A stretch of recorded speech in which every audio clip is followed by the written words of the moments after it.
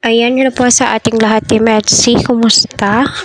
So medyo matagal-tagal din po bago tayo nakagawa ng reaction video narrator patungkol nga po sa ating iniidolo na ito ang si fiancé. Grabe po talaga yung biyayang natatanggap po niya, no?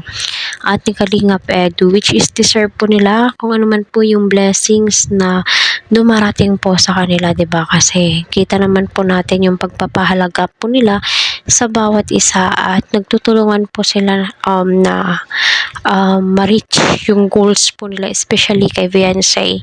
Alam mo naman po nating lahat na malaki po yung naitulong ni Kalingap Edu sa lahat, no, sa lahat-lahat kay Fiancé, kumbaga, no, tinulungan ni Edu si Fiancé, tinulungan din po ni Fiancé itong si Kalingap Edu.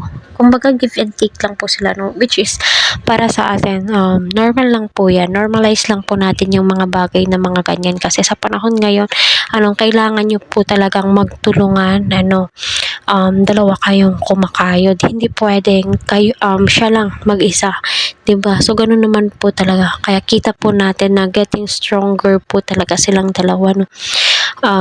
Makikita po natin mula noon at ngayon, before and after sa kanilang dalawa. At grabe, no, napaka-humble po ni Fiancé. Masasabi mo po talaga, uy, kay sarap po talaga niyang tulungan.